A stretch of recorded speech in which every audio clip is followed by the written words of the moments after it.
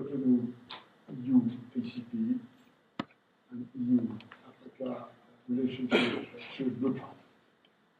As we all know, since the first EU-ACP agreement was established in 1963, this relationship has evolved and will keep evolving as the world, the EU, and the ACP countries and African countries keep changing. And of course, this is true for the Cotonou version of this EU-ACP agreement, which was signed in 2000 and which ends in 2020.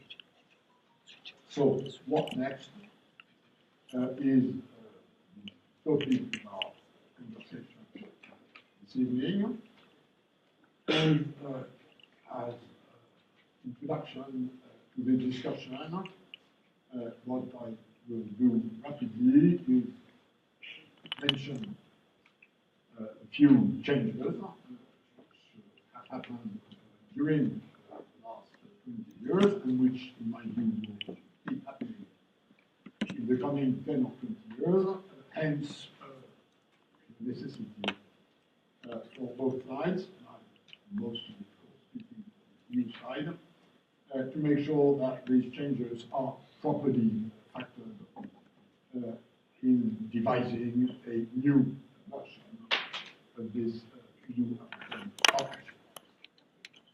So, if I try and take a rapid sketching view of what these changes have been and will be, I think both EU and Africa are paradoxically in the same time more integrated and more heterogeneous than they used to be. We know that with the enlargement of the European Union, and we know that in the way Africa has developed.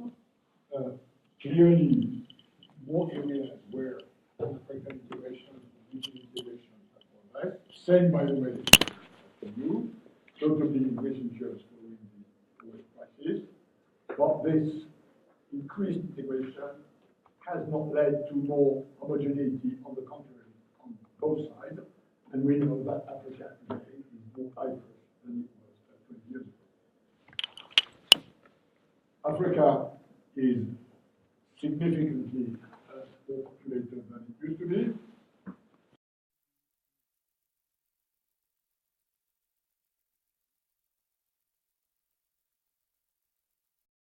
Both EU and Africa are probably less confident in their future than they were 20 years ago, and for sure they probably feel less secure. Security issues, migration, intra or extra-African terrorism are issues which are much higher in the radar screen of public opinion on both sides than they used to be.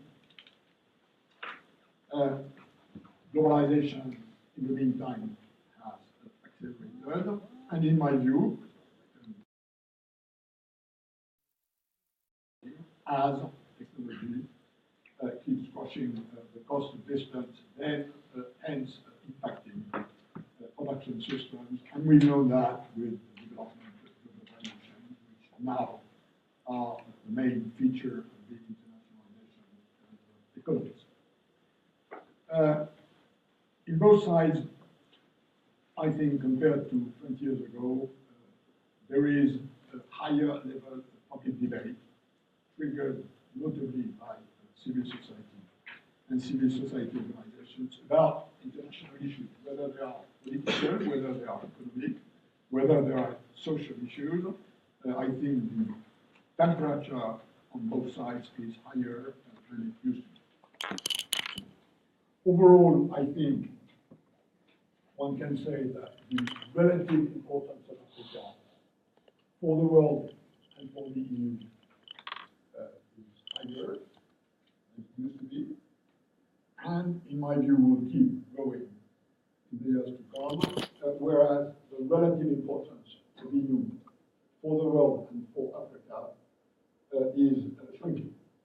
And this is, of course, true for this region. And we know that new players like China, emerging countries, have a much higher stake in African development than it used to be in the past. What also, in some way, is a change, and that's the final difference I would mention, is that we probably now have a more structured international agenda than we used to have in the past. New generation of UN development goals is there, and it's much more of a common global multilateral agenda than used to be in the past, and this will inevitably have an influence on how to frame our bilateral relationship. And by the way, our bilateral relationship in itself is also more structured than it was at the beginning of the period. For the last 10 years, we've had a quote-unquote joint African-European strategic approach, which has already been pillars of what a future EU-African relationship could be. We're not starting from nothing. We're now at something which is specifically EU-Africa within the ACP framework, which of course raises complex issues on whether non-ACP African countries should be associated in the future, and when, and has to be the case if we move to something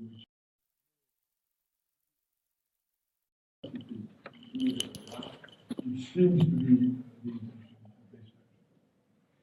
Now, that's again all these changes, at least those which I see as impacting most of our future partnership.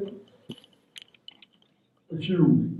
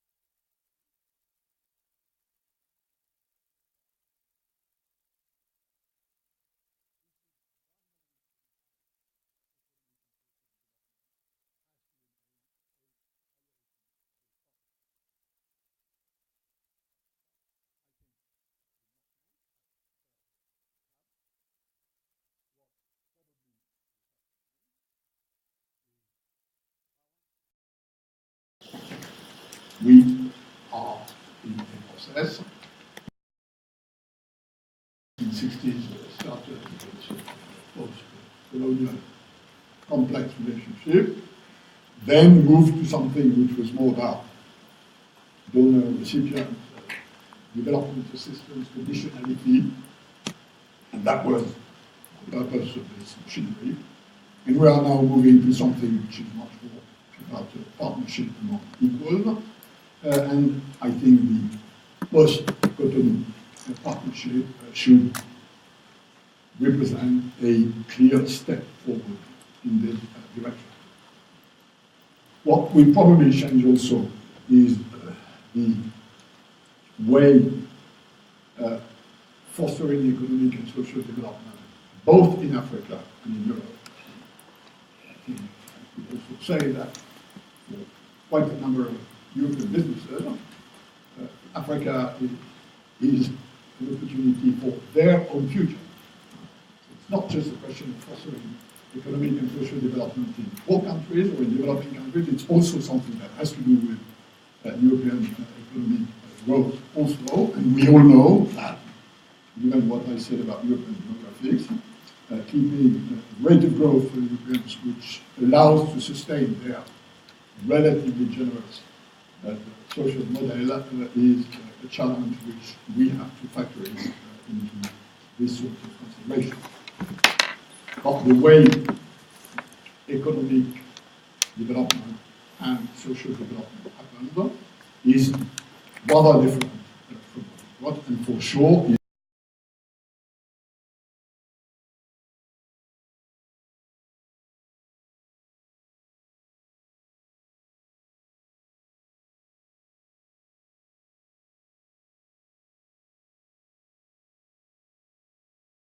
on both sides. Reasonably structured roadmaps. I already mentioned common roadmap, which is the 2030 SDGs. Africans have the 2063 roadmap. We Europeans have a number of roadmaps looking at the future in various aspects. And these roadmaps intersect clearly on a number of issues.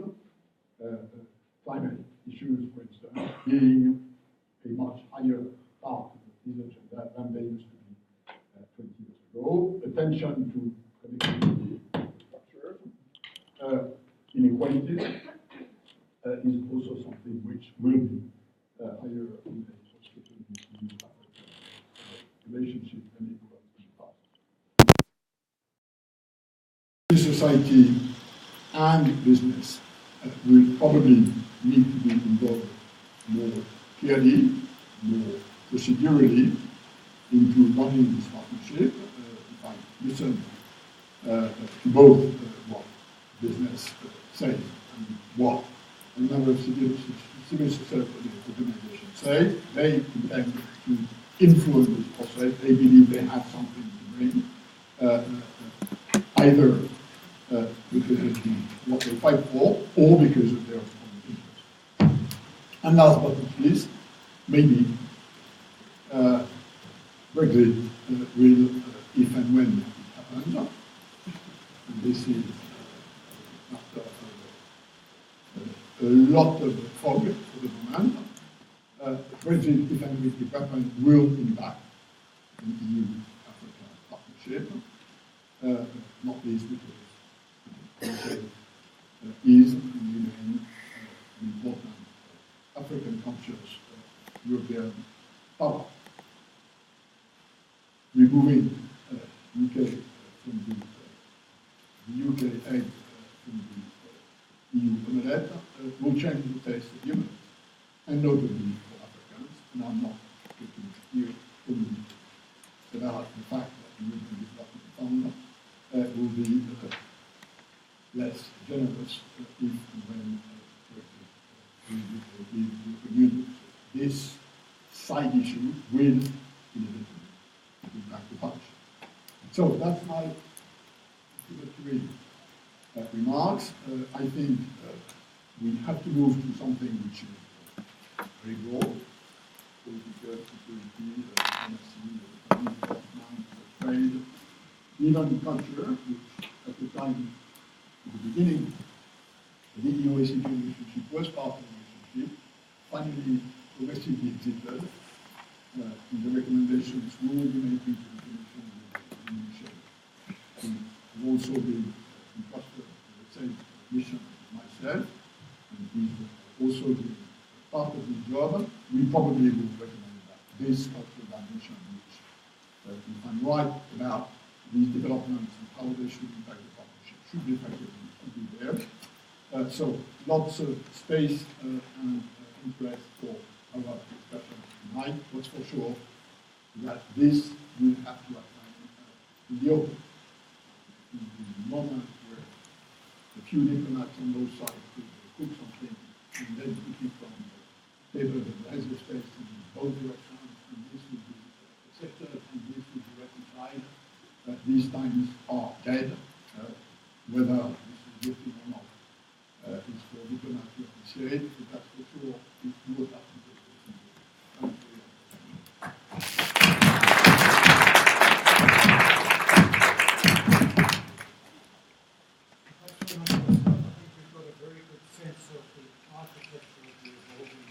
Set of priorities and what's likely to drive that as we see. Now, I'm hoping Professor Adebanjo can take us into some of the issues around the character of the relationship between EU and Africa. Okay, good evening everybody. It's an honor really to share a panel with Pascal Lamy, one of the most eminent trade technocrats. I would have come to listen to you, so it's even more of an honor to share the panel. My brief remarks are titled Ending a Dialogue of the Dead, and that's how I see the relationship between the EU and Africa.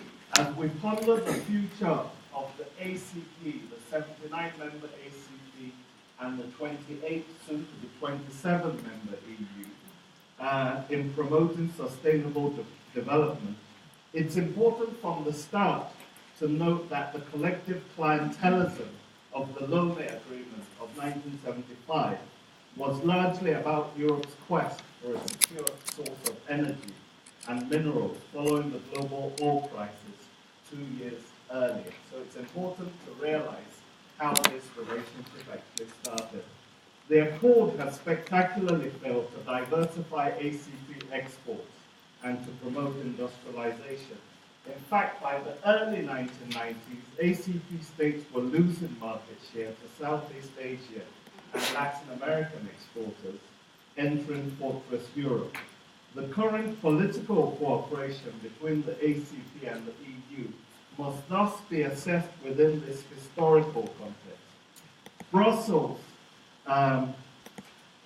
especially in negotiating the economic partnership agreements, really, under Peter Mandelson, the Trade Commissioner, really created a lot of animosity and acrimony in this relationship that I think we're still trying to get over. It did a lot of damage.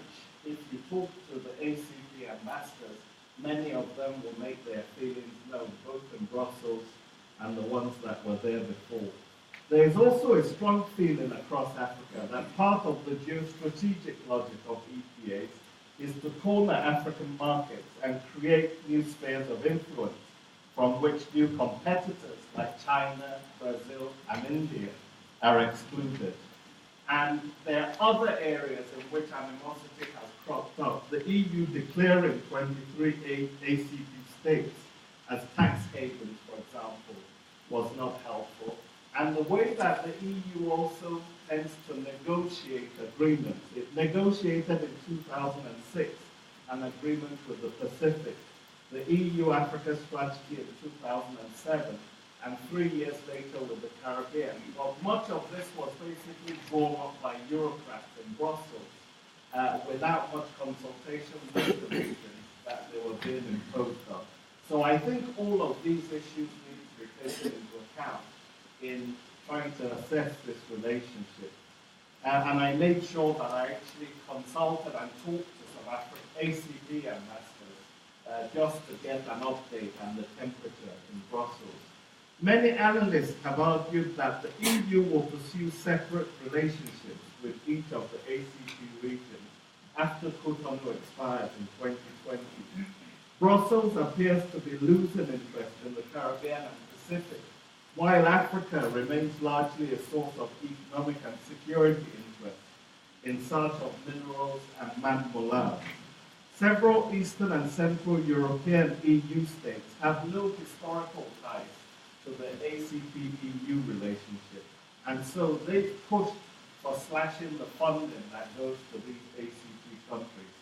And the economic and migration crisis currently facing Europe has also made resources more scarce and put pressure on budgets. And there's a feeling among ACP states that they want to look at the root causes of migration and the developmental aspects, but the EU tends to adopt a rather narrower focus on basically trying to control and manage the flow of migrants.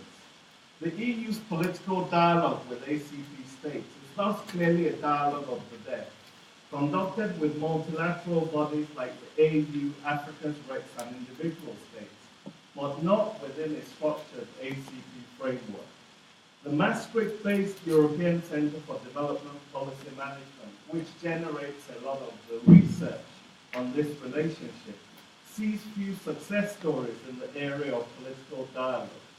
However, sanctions against military regimes such as in Mali, Niger, Togo, and Guinea-Bissau in the past have often been coordinated between ECOWAS and the EU, and these have had some impact. The ECDPM also exaggerates the impact of the AU-EU partnership, which is still widely considered, I think, in Africa as resembling, I believe, a British colonial governor-general said this, a relationship between a horse and a rider, and no prizes for guessing who the horse is. In Shakespearean terms, the European prosperer has often subjugated the African Taliban. The AU has weak capacity and been dependent on the EU for over 80% of its resources in the security field, has often had its actions restricted in places like Libya and prioritized areas like Somalia that are more important for the European Union. It's also important to note that there is a weakening support in Europe for continuing to use money that's meant to be for development for security purposes. So that's another thing that the Africans need to think about. For the ECDP formulation that only the 8th pillar of the ACP is still standing, while trade and political cooperation has moved to regional fora and appear to be flourishing, does not necessarily reflect reality, as the quality of this political dialogue also needs to be investigated. The SDGs are important, as Pascal Lamy noted, in presenting a universal framework that seems to transcend the traditional North-South divide that we've had.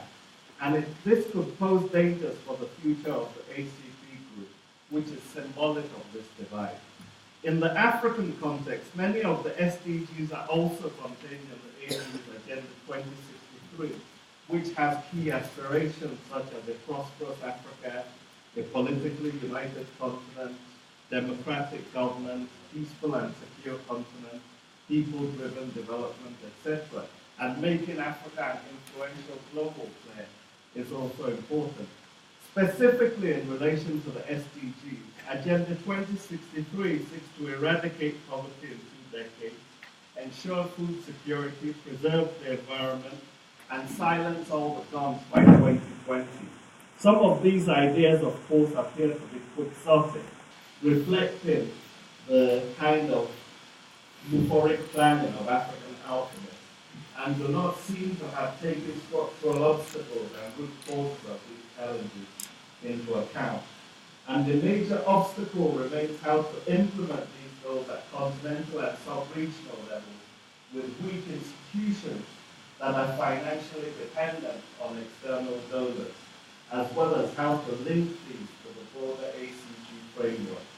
The ACP has a huge challenge by the negotiating deadline of September 2018, barely a year away, to make a case for its continued partnership with the EU.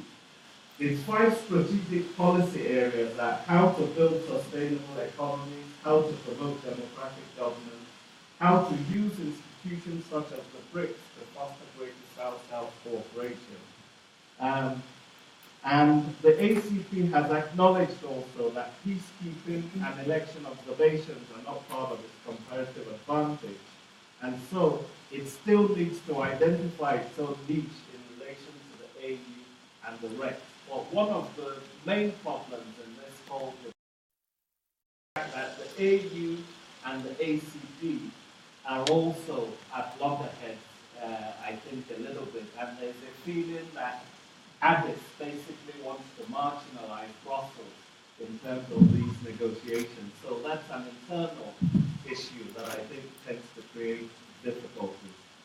How the ACP can promote AU norms, sanctioning and constitutional changes of government, intervene in cases of egregious human rights abuses, draw lessons from the fragile governance institutions like the APRM, will be important for ensuring principles of complementarity. In relation to the EU, though the partnership with the ACP has had limited successes, the number of low-income ACP countries declined from 44 in 2000 to 26 in 2015, while middle-income countries rose from 30 to 43 in the same period. And the ACP is seeking to explore other forms of development finance beyond aid. 50% of its budget is still paid by the EU, its secretariat in Brussels. So it's looking at private-public partnerships, domestic resource mobilization, technology development and transfer, etc. But the obvious question that arises is, if the ACP has not managed these in 42 years, what is the chance? What is the change that will help it achieve these goals in the future? Perhaps the existential threat that the ACP confronts in 3 years will focus minds to muster greater political will. And there is some optimism at some of the cooperation that has happened between the ACP and EU. For example, 2012 UN Conference on Sustainable Development, the post-2015 SDG talks from 2014, COP21, and achieving a trade facilitation agreement at the WTO. Those were all like concrete examples of ACP-EU cooperation. So in concluding, I want to just offer 4 recommendations to guide ACP-EU relations. First, while recognizing the huge development needs of the ACP, it's important to reduce the dependence on the EU and stop the begging bowl culture and addiction to EGF finance. Second, there must be greater recognition of the mutual interdependence between the ACP and the EU. ACP states, after all, were critical in getting the EU accredited in the UN General Assembly. Third, discussions on the future of the ACP currently lack legitimacy. They are conducted in the Brussels bubble, and I believe Pascal Lamy also made this point. And they don't properly consult civil society and the private sector within and across the ACP, so that's important. And finally, the EU should pay compensation to ACP governments to make up for the harmful impact of the €50 billion cap, historically, cap subsidies on agricultural sectors, which is where 70% of ACP farmers find employment. I want to end by saying I always joke with the Secretary General of the ACP, the Guyanese, Patrick Gomes, that is he going to be a kind of Black Moses, leading the ACP to the promised land in 3 years' time? Or will he instead be a Black Jesus, facing a political crucifixion without the prospect of resurrection? Thank you.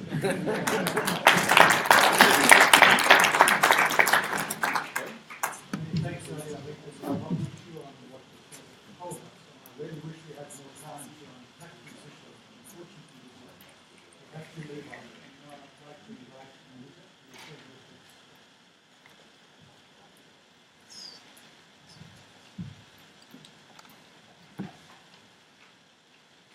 Thank you, Peter.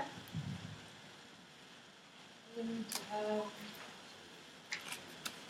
I think after Prof. Adeyek's remarks, we should have just gone straight into questions. And that's probably what I will do for this evening so that we can get the process moving forward.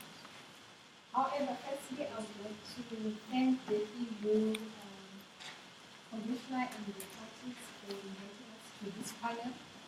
And also thank Mr Pascal for coming through with his team to give us an opportunity to engage. For me, coming from business, 3 years is a very short time, especially when you start talking to long-term plans and strategic plans.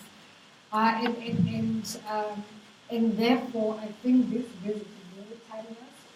As much as it is timeless, it may also be just a little bit late in terms of making sure that all the stakeholders will be around the table come 2020, when we talk through the process.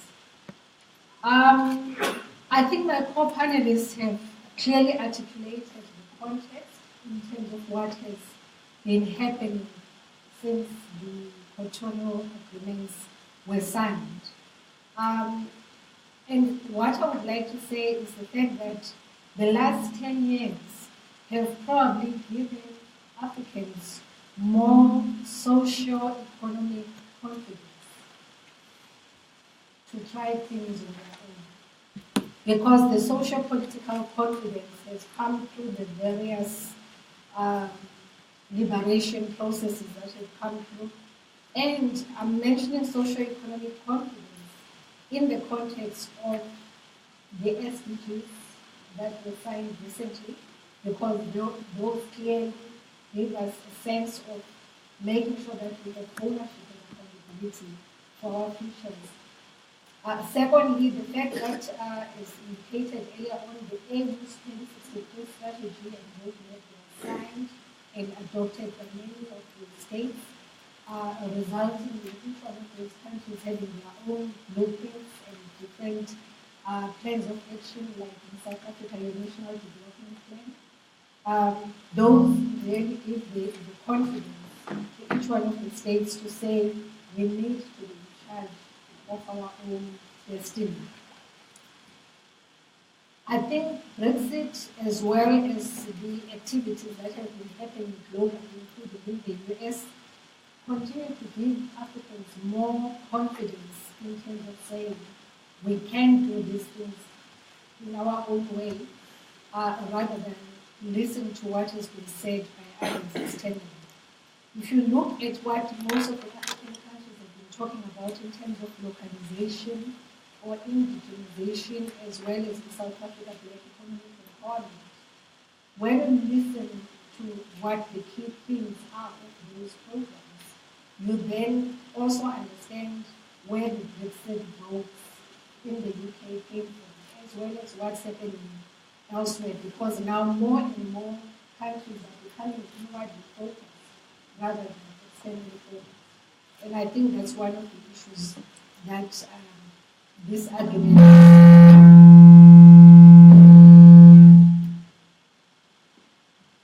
said something wrong.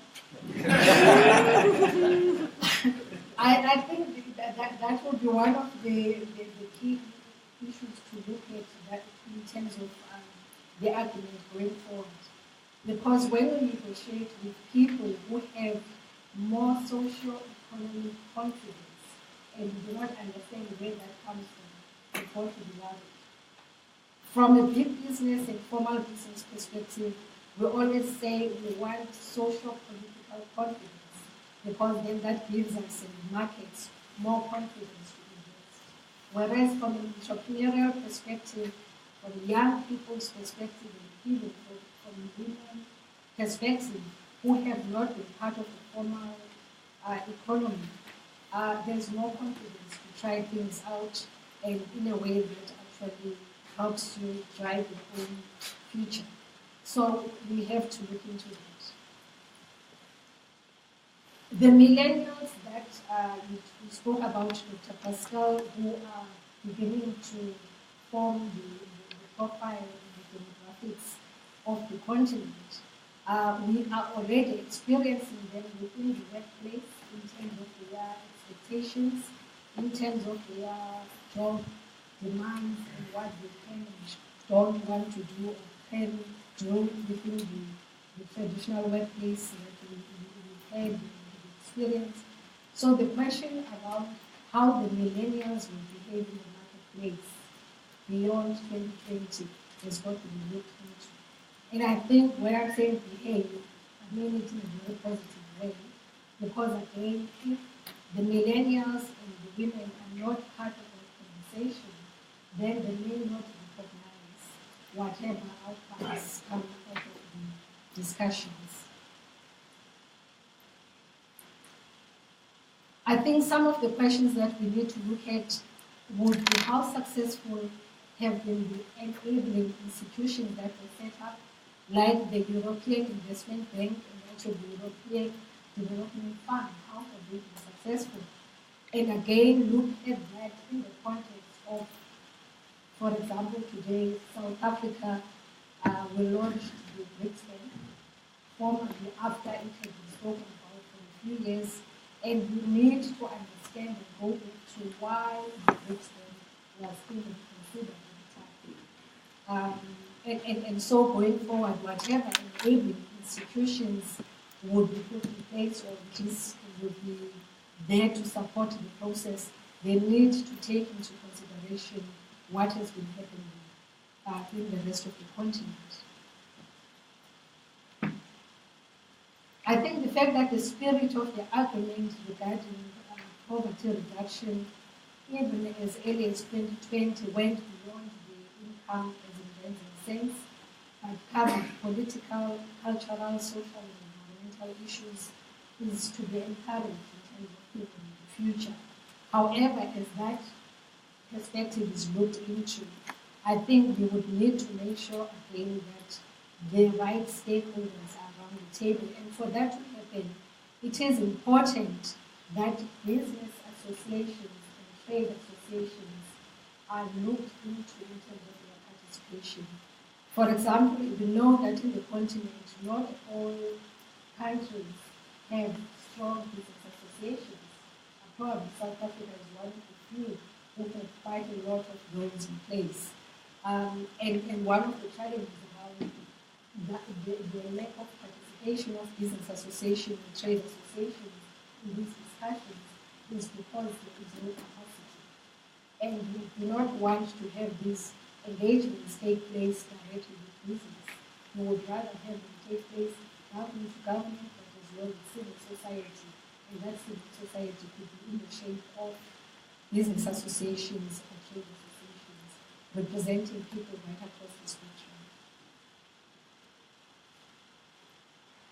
I think my final comment before we take on questions would be that the good performance in terms of the current argument, the good performers would be those countries who have had sound economic policies, good governance, and effective implementation.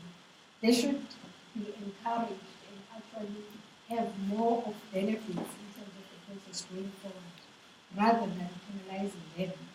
And I do know that South Africa at some point did feel that it was being penalized for being successful as compared to the rest of the continent in terms of the benefits, particularly when it comes to development aid. And I think we need therefore to make sure that we do not punish the performance when it comes to future benefits and participation. Thank you very much.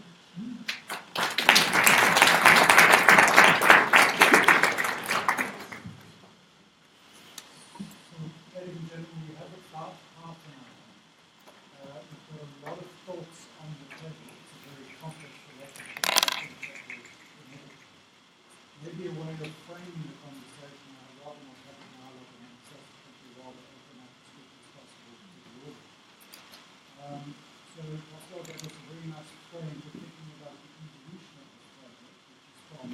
post-colonial, clientelist, as others describe it, towards donor recipient, and now evolving towards some kind of partnership. And within that partnership, it seems to me one of the big questions, and there are a number of questions, obviously, is what is the utility of the structure like the ACP? Does it still have resonance in the modern world and around the world that that's what it's describing to us? All these epochal changes that are taking place. Because it makes much more sense to just focus in on EU Africa, for instance. And even there's a competition, as Abby reminded us, between the structure like the EU and the ACP. So lots of things to think about. There's a lot more I could say, particularly on trade issues, that I think are pivotal in all of this, but I'll hold my fire towards the end and maybe make one or two comments just on that issue. Right now, I'd like to open up. I'd like to request, because there's a lot of people, I suspect there'll be a lot of hands, confine yourself to one question, or a short comment, and introduce yourself in the process. So, yeah. Okay, can you hear me? I apologize. What does ACP stand for? Caribbean Pacific. I don't want to get too ahead of the discussion, but I'd like to maybe situate this conversation in the context of globalization.